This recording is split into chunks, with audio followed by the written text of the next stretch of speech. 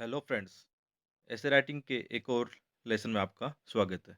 इससे पहले मैं 7 से 8 लेसन ऐसे राइटिंग के बना चुका हूँ और उसमें हम काफ़ी विस्तृत रूप से ऐसे राइटिंग की जो स्ट्रेटजी होती है, उस पर चर्चा कर चुके हैं। तो इस लेसन को यदि आप देखते हो, इससे पहले आपने लेसन नहीं देखे हैं, तो उनको एक बार ज़रूर देखिए, ताकि ये लेसन भी आपकी रणनीति में आपके मार्क्स बढ़ाने में काम आए। तो चलिए शुरू करते हैं। आज का जो एसे है, वुमेन एम्पावरमेंट पे है।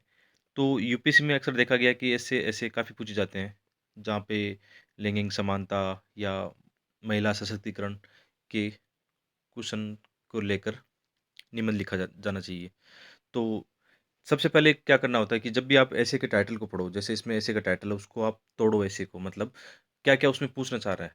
तो सबसे पहले जैसे इसमें लैंगिक समानता है, अपवाद है, की बजाय एक चलन बनाने के लिए क्या करना होगा? तो ऐसे के टाइटल को सही से समझना है और फिर रब कार्य तैयार करना है कि लैंगिक समानता, मतलब हम देखते हैं कि आज सभी मतलब अर्थव्यवस्था हो गई, सोशल हो गई या राजनीति हो गई, प्रशासनिक हर एक दृष्टिकोण से हम देखते हैं कि कहीं न कहीं महिलाओं की भागीदारी वहाँ पे कम है। तो इस भागीदारी को हमें बढ़ाना है, हर सेक्टर में बढ़ाना है, तो इसको क्या करना होगा? अपवाद की बजाय हमें सतत रूप से इसको आगे बढ़ाना होगा। तो इसके लिए आप सबसे पहले क्या करोगे? रफ़्कारी तैयार करोगे। रफ़्कारी में आपको ये देखना है कि इंट्रोडक्शन में आपको क्या लिखना है, बॉडी पार्ट में क्या लिखना है। बॉडी पार्ट में यहाँ पे 2 आयाम होंगे कि लैंगिक जो असमानता है उसके कारण क्या है, उनके कारणों को हम जानेंगे सबसे पहले। दूसरे भाग में हम जानेंगे कि लैंगिक समानता को सतत रूप से हम बढ़ाने के लिए हमें क्या करना होगा, और बाद में इसमें निष्कर्ष के साथ आपको उसको एंड कर देना है। तो यहाँ मैं जो अपना एसे है, वो एक स्टोरी के साथ में शुरू कर रहा हूँ। इससे पहले हम बात कर चुके हैं कि एक अच्छा एसे तभी माना जाएगा कि आप अच्छे कोटेशन, अच्छी शॉर्ट स्टोरी या अपनी पोएम से आप उसको शुरू करो। क्योंकि उससे एग्ज़ामिनर को लगता है आपका ऐसे एक काफ़ी मतलब इंटरेस्टिंग है और एंगेजिंग करने वाला है। तो ये हमेशा ध्यान रखना है कि शुरुआती स्तर पर आपको बहुत अच्छे से शुरुआत करनी है। तो पढ़ते हैं चलिए। और इस एसे की मतलब मैं जो पीडीएफ है डिस्क्रिप्शन में दे दूँगा। आप आराम से वहाँ भी पढ़ सकते हो। और आप ये देखना कि ऐसे का स्ट्रक्चर कैसा है, उसमें फ्लो कैसा है, एक कहानी की तरह उसमें प्रवाह कैसा है और विविधता कितनी है, और अच्छे डाटा और केस स्टडी का इसमें काफ़ी उपयोग किया गया है। हाँ, ये ऐसे थोड़ा-सा बड़ा हो गया था, वो जो शब्द सीमा है काफ़ी मतलब ज़्यादा थी इसमें। लेकिन हमें क्या करना है कि यूपीएससी में 1000 से 1200 शब्दों में लिखा जाता है, तो इसमें चिंता नहीं करनी है। यदि आपका इसे 900 शब्दों में पूरा होता है, तो उसमें आपको बिल्कुल भी चिंता नहीं करनी चाहिए, या 1300 वर्ड में पूरा होता है, तो उसमें भी कोई चिंता की बात नहीं है। आपको अपने विचार अच्छे से लिखने हैं, गहराई के साथ लिखने हैं, एकदम प्रवाह के साथ लिखने हैं, तो इसमें ऐसा कर सकते हो आप। तो यहाँ से शुरू करते हैं कि मैंने एक इसमें एक शॉर्ट स्टोरी डाली है कि असम के नागाँव जिले के एक साधारण परिवार, किसान परिवार से निकलकर हिमा दास फिनलैंड में विश्व अंडर 20 एथलेटिक्स चैंपियनशिप में 400 मीटर स्पर्धा में स्वर्ण पदक जीतने वाली प्रथम भारतीय बनी। अभी तक विश्व स्तर पर ऐसा कारनामा किसी भी भारतीय महिला व पुरुष द्वारा नहीं किया गया था। ये पल हम सभी भारतीयों को खुश व गौरवान्वित करने वाला था। देखो यहाँ पे जो मैंने शॉर्ट स्टोरी यूज़ में ली है कि एक पॉजिटिव शॉर्ट स्टोरी के साथ हम कहानी को शुरू करते हैं या ऐसे को शुरू करते हैं, उसमें एक सकारात्मक ऊर्जा दिखती है। और ये ऐसे मेरा 1-2 साल पहले लिखा गया था, तो आप जब भी अपना ऐसे लिखो, कभी भी ऐसे लिखो वुमेन एम्पावरमेंट पर, तो आपके पास ये होना चाहिए कि ऐसी कहानियों को या डाटाओं का या कोटेशन का एक आपको मतलब डायरी डाल लेनी चाहिए, कि ताकि साल भर में जब भी आपके सामने न्यूज़पेपर में ऐसी कोई कहानियाँ या डाटा या इंडेक्स आते हैं, तो उनको आप उसमें नोट कर पाओ। तो स्ट्रक्चर ये हो सकता है, और बाकी अपने जो एग्ज़ाम्पल वो करंट एग्ज़ाम्पल इसमें शामिल करके आप ऐसा ऐसे तैयार कर सकते हैं। तो इंट्रोडक्शन का पहला पार्ट कहानी से शुरू किया, और बाद में ये दूसरा पैरा है इंट्रोडक्शन का कि भारत में लैंगिक समानता के कम ही उदाहरण उपलब्ध है, जहाँ महिलाओं को विकास कार्यों व नेतृत्व के क्षेत्र में पुरुषों के समान अवसर प्राप्त हुए हों। वर्तमान में निर्मला सीतारमन, सुषमा स्वराज, किरण बेदी, साइना नेहवाल, पीवी संधू, ऐसे अनेक उदाहरण हैं, लेकिन ये अपवाद के रूप में है कि ऐसा नहीं है कि जैसे हम देखते हैं कि पुरुषों के समान अवसर नहीं मिल पाते हैं पुरुषों को, या देखते हैं कि परिवार में जो लड़के हैं उनको ज़्यादा महत्व दिया जाता है, लड़कियों को कम महत्व दिया जाता है। इसलिए जितने भी सेक्टर हैं हमारे, उसमें कहीं न कहीं पुरुषों का वर्चस्व नज़र आता है। जबकि होना ये चाहिए कि जनसँख्या की आबादी में दोनों का 50-50 मतलब भागीदारी है, तो सभी क्षेत्र में भी उनकी भागीदारी 50-50% दिखनी चाहिए, जबकि रियल में ऐसा नहीं देखा गया है। तो जिन्होंने अपने-अपने क्षेत्रों में नाम कमाया है, लेकिन दूसरी तरफ भारत में महिला समानता व महिला सशक्तिकरण की दूसरी तस्वीर भी नज़र आती है, जहाँ आज देश में महिला साक्षरता मात्र 54% है, जबकि पुरुष साक्षरता 80% जैती है। श्रम क्षेत्र में भी महिलाओं की भागीदारी 28% है, जबकि पुरुषों की 54% से अधिक है। साथ ही स्वास्थ्य के क्षेत्र में महिलाओं की स्थिति और भी दयनीय है। विश्व स्वास्थ्य संगठन के अनुसार देश की 50% से अधिक महिला आबादी एनीमिया कुपोषण से ग्रसित है, जिनके कारण मातृत्व मृत्यु दर भी काफ़ी ऊंची है। भारत में लैंगिक असमानता के अनेक ऐतिहासिक, सामाजिक, सांस्कृतिक व आर्थिक कारण हो सकते हैं, जिन्होंने महिलाओं को पुरुषों से कम आंकने की भूल की तथा पुरुषों के बराबर विकास के अवसर प्रदान नहीं किए हैं। ऐतिहासिक तौर से रूप से लेकर आज तक महिलाओं को पुरुषों के समान अवसर नहीं प्राप्त हुए हैं, जिसके कारण आज लैंगिक असमानता सभी क्षेत्रों में देखी जा सकती है। लेकिन साथ ही सरकार, नागरिक समाज व गैर सरकारी संगठनों के माध्यम से ऐसे भी प्रयास हो रहे हैं, जिनके कारण महिला समानता को आगे बढ़ाया जा सकता है। तो ये इंट्रोडक्शन का एक पार्ट था कि 2-3 पैरा में, मतलब एक अच्छा जो इंट्रोडक्शन होता है वो लगभग 3 पैराग्राफ में आप लिख सकते हो कि 1.5 पेज में आपका होना चाहिए। ये ऐसे का 10% भाग होता है लगभग। तो 150 शब्दों तक आप इसमें लिख सकते हो, यानी 1.5 पेज मेरे हिसाब से एक आदर्श स्थिति हो सकती है। तो अब जैसे कि यहाँ से बॉडी पार्ट शुरू होता है और मैंने देखो यहाँ पे हेडिंग लगाई है। तो ये मेरा मानना है कि हेडिंग अब नहीं लगानी है, कि मैं भी समय के साथ में अपने ऐसे में ये सीख पाया हूँ कि अ, ऐसे के अंदर सब हेडिंग का इस्तेमाल हमें नहीं करना है, उतना अच्छा नहीं माना जाता। इसकी बजाय जैसे जैसे ही यहाँ पे बॉडी पार्ट शुरू होता है कि ऐसे की डिमांड के अनुसार बॉडी पार्ट जो पहला पार्ट है, कि ये देखना है कि जो लैंगिक असमानता उसके कारण क्या है, कि हर सेक्टर में हम देखते हैं, हर एक क्षेत्रों में हम देखते हैं कि कहीं न कहीं महिलाओं की उतनी भागीदारी नहीं है, तो उसके कारणों की हम जाँच करेंगे।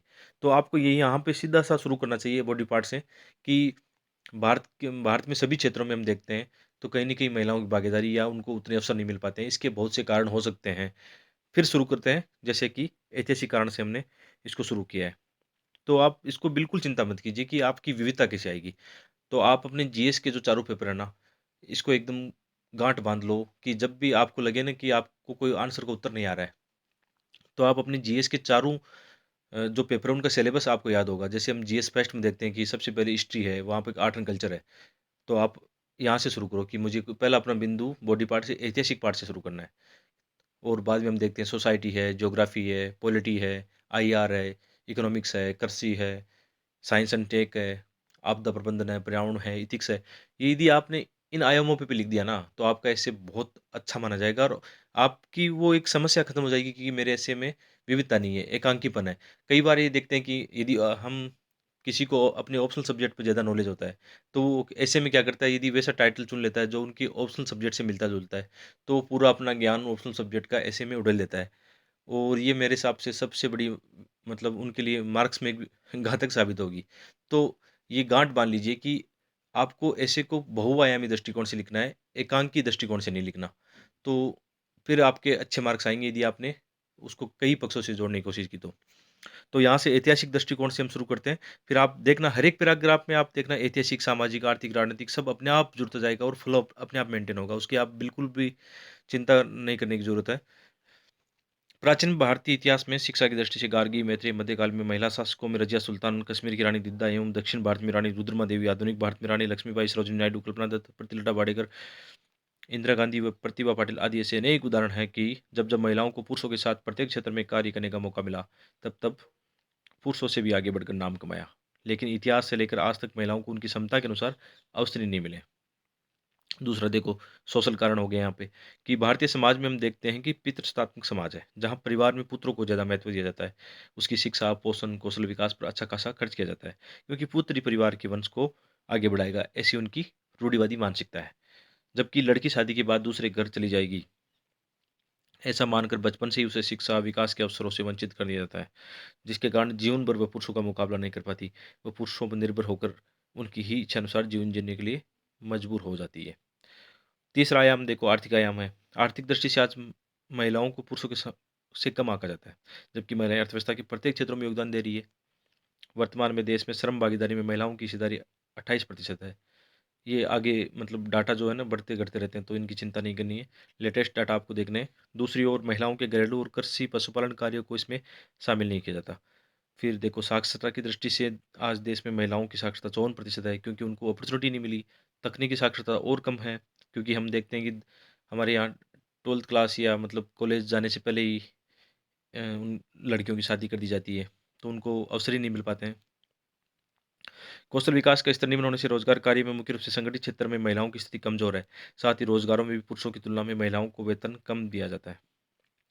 अब देखो ज्योग्राफिकल आयाम है क्या है कि भौगोलिक दृष्टि से हम देखें तो देश में लैंगिक समानता का अलग-अलग स्तर पाया जाता है। उत्तर भारत में जहाँ पर पितृसत्तात्मक रूढ़िवादिता ज़्यादा है तो महिलाओं की स्थिति खराब है। जबकि हम नॉर्थ ईस्ट में देखते हैं कि राज्यों में कि वहाँ मातृसत्तात्मक समाज होने के कारण महिलाओं की स्थिति अच्छी है। उदार विचारों के कारण साक्षरता और रोजगार में भी उनका अच्छा स्तर है। दक्षिण भारत में भी हम देखते हैं कि शिक्षा का स्तर अच्छा है, वहाँ पे महिला साक्षरता, रोजगार की दृष्टि से महिलाओं की स्थिति उत्तर भारत से अच्छी है। और इसी कारण हम देखते हैं कि दक्षिण भारत में महिलाओं से संबंधित जितने भी इंडिकेटर हैं, वो नॉर्थ इंडिया की तुलना में अच्छे हैं, बहुत अच्छे हैं। वहाँ पे चाहे आप शिक्षा ले लो, तकनीकी शिक्षा ले लो, स्वच्छता देख लो, स्वास्थ्य देख लो, सभी आयामों में अच्छे हैं। तो ये बात सत्य है कि कहीं न कहीं अवसरों की कमी साफ दिखाई देती है। भारतीय समाज में महिलाओं के खिलाफ अनेक कुरीतियाँ प्राचीन काल में सती प्रथा, छुआछूत, बाल विवाह आदि प्रचलित थी तथा वर्तमान में भी बाल विवाह, बहु विवाह ऐसी मतलब समस्याएँ हैं जिसके कारण कहीं न कहीं लैंगिक असमानता में वृद्धि हो रही है। हाल ही में देश के अलग-अलग हिस्सों में महिलाओं के खिलाफ हम देखते हैं कि अत्याचार दिनों-दिन बढ़ते जा रहे हैं। सोशल मीडिया पर भी ऐसी घटनाएँ बढ़ी है। हाल ही में जैसे एक यहाँ पर केस स्टडी एग्ज़ाम्पल आप आराम से जो भी आप स्टेटमेंट बोलते हो, आपके पास ऐसे आइडियाज़ है तो उनको प्रस्तुत कर सकते हो। जैसे कि उस समय जो चर्चा में रहा था कि मध्य प्रदेश के भोपाल में एक 3 साल की बच्ची के साथ सामूहिक रेप की घटना में देखा जा सकता है। जब आपकी एग्ज़ाम हो, जैसे आप मेंस लिखते हो ना, हर बार सितंबर-अक्टूबर में मेंस लगता है। उससे पहले के 2-3 महीने के जो न्यूज़पेपर में जितनी भी घटनाएँ रहती हैं, जो भी एग्ज़ाम्पल, इंडेक्स, रिपोर्ट रहती है, तो आप उनको शामिल करना ताकि आपका आंसर है ना एकदम तरोताज़ा लगे। एग्ज़ामिनर को लगे कि आप ना अच्छे से मतलब चीज़ों को सही से मिक्स करके लिख पा रहे हो और अपनी मौलिकता का इस्तेमाल कर पा रहे हो। तो ऐसी घटनाएँ अनेक घटनाएँ हैं, जहाँ लड़कियों को घर से बाहर नहीं जाने दिया जाता है और फिर उच्च शिक्षा व तकनीकी पढ़ाई के लिए बड़े शहरों में जाने का मौका नहीं मिल पाता। तथा कम उम्र में सुरक्षा की चिंता उन्हें विवाह के बंधन में बाँध देती है। प्रशासनिक एवं राजनीतिक दृष्टिकोण से भी देखें तो महिलाओं का नेतृत्व तो बहुत कम है। जैसे भारतीय संसद में मात्र 11% महिलाएं सांसद है, जबकि मंत्रिमंडल में तो इनकी संख्या बहुत ही कम है। आज ही आज भी भारतीय संसद में महिलाओं का 33% आरक्षण बिल पास नहीं हो पाया है। मतलब ये भी कहीं न कहीं एक पितृसत्तात्मक सत्ता का उदाहरण कहा जा सकता है कि वहाँ पे इसको या तो पास नहीं होने दिया गया।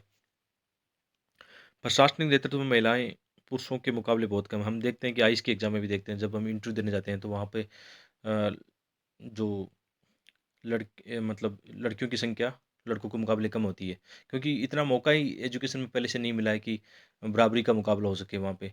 तो हम कुल फाइनल आईएएस की जब भी रैंक आती है, तो उसमें देखते हैं कि ज़्यादा लड़कों को वहाँ पे ज़्यादा मतलब संख्या उनकी होती है।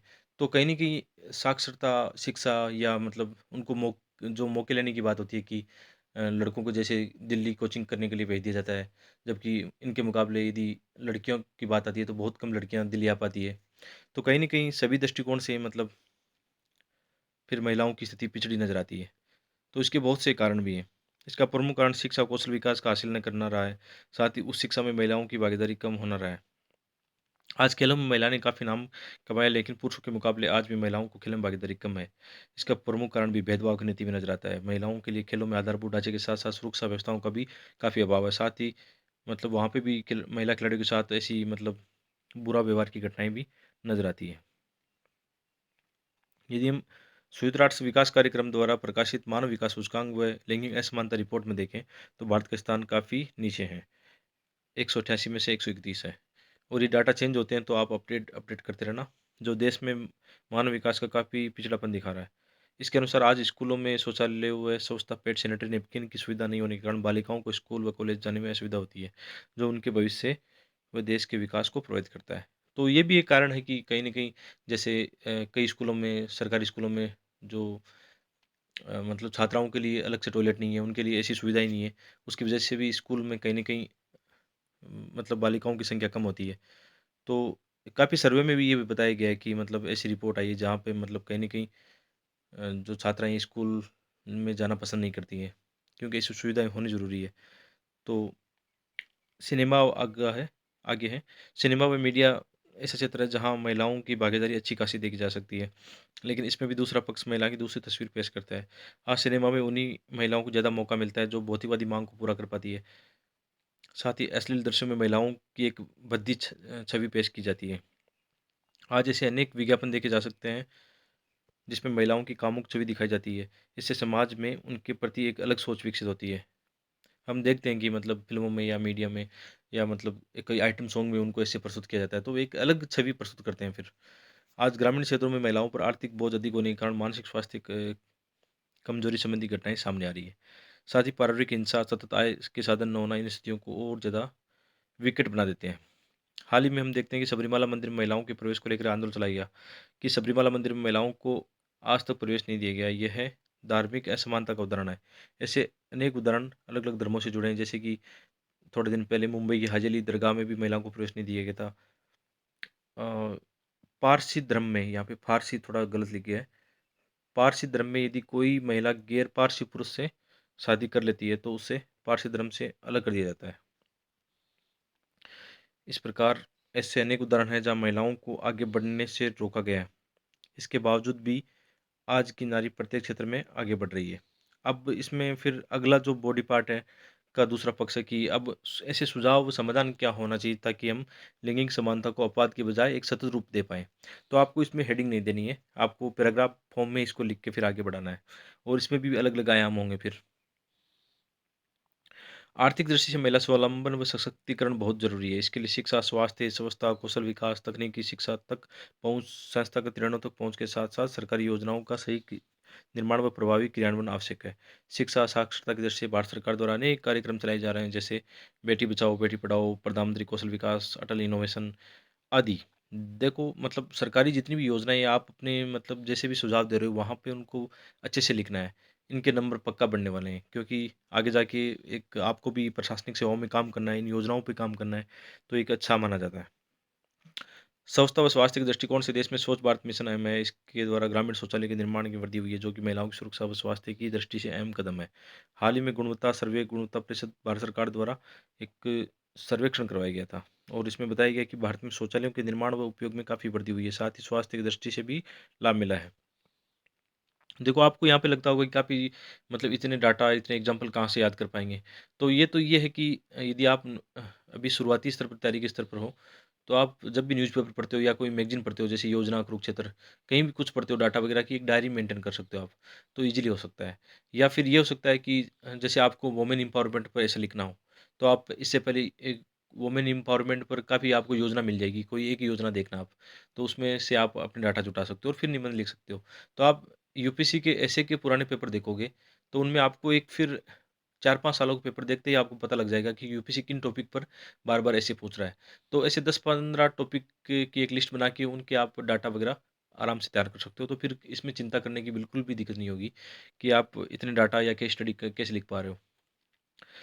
महिला स्वास्थ्य देखभाल के लिए देश में जननी सुरक्षा योजना, प्रधानमंत्री मातृत्व वंदना योजना आदि संचालित की जा रही है। देश में मातृत्व मृत्यु दर 167 प्रति 1 लाख जीवित बच्चों पर माताओं की मृत्यु काफ़ी उच्च है। 2022 तक इसमें हमने 130 प्रति 1 लाख का उद्देश्य रखा है। महिलाओं की पोषण आवश्यकताओं को ध्यान में रखते हुए पोषण भारत मिशन की शुरुआत की गई। आज देश में 50% से अधिक महिलाओं में एनीमिया की समस्या पाई जाती है। साथ ही कुपोषण के कारण मातृत्व मृत्यु दर, शिशु मृत्यु दर को भी बढ़ावा मिलता है। महिलाओं को आत्मनिर्भर बनाने के लिए Deendayal Upadhyaya Kaushal stand up India digital Bharat mission, यहाँ पे डिजिटल शायद मात्रात्मक गलतियाँ हैं, तो ऐसे में बचना है कि मात्रात्मक गलतियाँ ना हो। के साथ-साथ स्वयं सहायता समूह आदि को भी संस्थागत ऋण व उपलब्ध कराने के लिए नाबार्ड व मुद्रा बैंक द्वारा इस दिशा में अच्छा प्रयास किया जा रहा है। जैसे कि मध्य प्रदेश के श्योपुर जिला को कुपोषण गढ़ माना जाता था और यहाँ का एक गांव दुबड़ी है जहाँ पहले गरीबी व बेरोजगारी उच्च स्तर पर थी।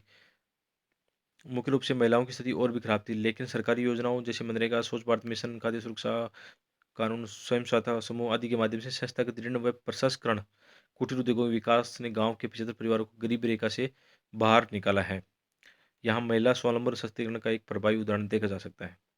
महिला सशक्तिकरण न केवल महिलाओं की प्रगति में बल्कि संपूर्ण परिवार में सतत समावेशी विकास में भी सहायक होता है। बच्चों के स्वास्थ्य, शिक्षा, पोषण में भी सुधार लाता है। परिवार में महिलाओं की निर्णय लेने की क्षमता में वृद्धि होती है। पारिवारिक माहौल भी स्वस्थ रहता है। अमर्त्य सेन व ज्याद्रेज के अनुसार वेतनभोगी महिलाओं को परिवार व समाज में निर्णय निर्माण प्रक्रिया में भी शामिल किया जाता है। संविधान के द्वारा भी महिलाओं के लिए अनेक सकारात्मक प्रयास किए गए, जैसे 73वें संवैधानिक संशोधन द्वारा पंचायतों व नगरपालिकाओं में संवैधानिक दर्जा प्रदान कर महिलाओं को 33% आरक्षण संबंधी बाध्यकारी आरक्षण प्रदान किया गया है। कई कई राज्यों में 50% भी है। इसी कारण आज हमारे देश में आधारभूत लोकतंत्र की पहचान पंचायतों व नगर पालिकाओं में महिलाओं की राजनीतिक पहुंच सुनिश्चित की जा सकी। हाल ही में भारतीय संसद द्वारा मातृत्व लाभ संशोधन अधिनियम 2016 को पारित कर दिया है। इसमें महिलाओं के लिए अवकाश की अवधि 12 सप्ताह से बढ़ाकर 26 सप्ताह है, यहाँ पे माह नहीं है, 26 सप्ताह, या ये डाटा आप चेक कर लेना। साथ ही नौकरी के साथ-साथ बच्चे की देखभाल संबंधी प्रयास महिला सशक्तिकरण को में अहम योगदान दे रहे हैं। महिलाओं की सुरक्षा अहम मुद्दा है, क्योंकि महिलाओं के सतत समावेशी विकास के लिए सुरक्षित वातावरण का निर्माण करना अति आवश्यक है। सरकार द्वारा कार्यस्थल पर यौन हिंसा व छेड़छाड़ रोकने के लिए विशाखा गाइडलाइन को व्यवहारिक रूप दिया गया है। भारतीय महिला व बाल विकास मंत्रालय द्वारा मतलब एक सी बॉक्स स्कीम लॉन्च की गई, जिसमें कार्यशील महिलाएं अपनी शिकायत को ऑनलाइन करा सकती है। हाल ही में वैश्विक स्तर पर भी ऐसी यौन उत्पीड़न के शिकार महिलाओं ने जन जागरूकता के लिए मी टू अभियान चलाया था। इसके तहत भारत में भी महिला बाल विकास मंत्रालय द्वारा हेल्प मी WCT ऑनलाइन आधारित शिकायत ऐप का निर्माण किया गया। तो यहाँ पे जैसे मैंने कुछ इंग्लिश के वर्ड लिखे हैं, तो ये भी मेरा अब अनुभव हुआ है कि हिंदी कैसे में हमें इन चीज़ों से बचना है कि इसको देवनागरी लिपि या हिंदी में लिख सकते हैं, तो इंग्लिश से बचा जाना चाहिए। यौन हिंसा व उत्पीड़न के शिकार महिलाओं के लिए वन स्टॉप सेंटर कार्यक्रम चलाया जा रहा है, जिसमें पुलिस, न्यायपालिका, स्वास्थ्य, मनोविज्ञान को आदि क्षेत्रों को एक स्थान पर जोड़ा गया है। ग्रामीण क्षेत्र में भी महिलाओं को सौर ऊर्जा में आत्मनिर्भरता के लिए प्रधानमंत्री उज्ज्वला स्कीम, जिसमें LPG सिलेंडरों को कनेक्शन वितरित किए जा रहे हैं। साथ ही सौर ऊर्जा उपकरणों की मरम्मत के लिए महिलाओं को आत्मनिर्भर बनाया जा रहा है। जैसे कि यहाँ पे केस स्टडी है, राजस्थान के एक छोटे से गाँव तिलोनिया में बंकर राय वरुणा राय द्वारा मिलकर महिला स्वावलंबन व सशक्तिकरण को बढ़ावा देने के लिए बेरपुट कॉलेज द्वारा कई महिला प्रशिक्षण कार्यक्रम चलाए जा रहे हैं, जैसे कि सौर ऊर्जा के लिए सोलर मम्मा, जो बाहर सहित अफ्रीकी देशों में भी रोजगार व सौर ऊर्जा को बढ़ावा देना है। अब देखो यहाँ पर निष्कर्ष आ गया। इस प्रकार कहा जा सकता है कि जहाँ आज देश में लैंगिक समानता के अपवाद के स्वरूप कमी उदाहरण पाए जाते हैं, वहीं दूसरी ओर आशा की किरणें भी नजर आती है। आज अर्थव्यवस्था, समाज, रक्षा, राजनीति, प्रशासन आदि में अनेक व्यवहारिक उदाहरण देखे जा सकते हैं, जिससे देश में लैंगिक समानता को सतत बनाया जा सकता है। जैसे हाल ही में केदारनाथ मंदिर के पुनर्निर्माण में 13 महिला समूह की भूमिका की कहानी को देखा जा सकता है, जहां JCB मशीन चलाने से लेकर सभी तकनीकी व अन्य कार्य केवल महिलाओं द्वारा किए जा रहे थे। आज भारतीय सॉरी आज वैश्विक मापदंड जैसे विश्व कृषि सूचकांक, जो कि संयुक्त राष्ट्र संघ द्वारा सतत व समावेशी नेटवर्क द्वारा जारी किया जाता है, में भारत का स्थान 156 देशों में 33वां स्थान है, जो कि हमारे पड़ोसी देशों से भी नीचे है। इसमें लैंगिक असमानता को भी बताया गया है। इसमें सुधार की अत्यंत आवश्यकता है। अतः यदि देश में को लैंगिक समानता के सपने को व्यवहारिक रूप देना है, तो सरकार, नागरिक समाज और गैर सरकारी संगठनों व अन्य सभी शेयरधारकों को सामूहिक रूप से सही दिशा में प्रयास करना होगा। साथ ही संयुक्त राष्ट्र सतत व समावेशी विकास लक्ष्य संख्या 5, जिसमें लैंगिक समानता, तथा लक्ष्य संख्या 10, जिसमें असमानता कम करने संबंधी लक्ष्यों को 2030 से पहले ही हासिल करना है। जैसा कि विश्व बैंक व अंतर्राष्ट्रीय मुद्रा कोष द्वारा समय पर कहा भी जाता है कि विकास के लिए महिलाओं के सशक्तिकरण से अधिक प्रभावी तरीका कुछ नहीं हो सकता। और अंत में हमें ऐसे कोई एक अच्छे कोटेशन के साथ समाप्त करना है कि जब तक महिलाओं की स्थिति नहीं सुधरती है, तब तक विश्व कल्याण की कोई संभावना नहीं है। स्वामी विवेकानंद। तो इस प्रकार ये ऐसे था। आप डिस्क्रिप्शन में इसकी PDF पढ़ लेना और ऐसे का स्ट्रक्चर देखना आप। हाँ, थोड़ा-सा ये टफ था कि इसमें काफ़ी डाटा एग्ज़ाम्पल लिखे गए थे। तो इतना ज़रूरत नहीं है कि इतने डाटा एग्ज़ाम्पल लिखे जाएँ। एक सिंपल ऐसे भी लिखा जा सकता है। तो बहुत-बहुत धन्यवाद।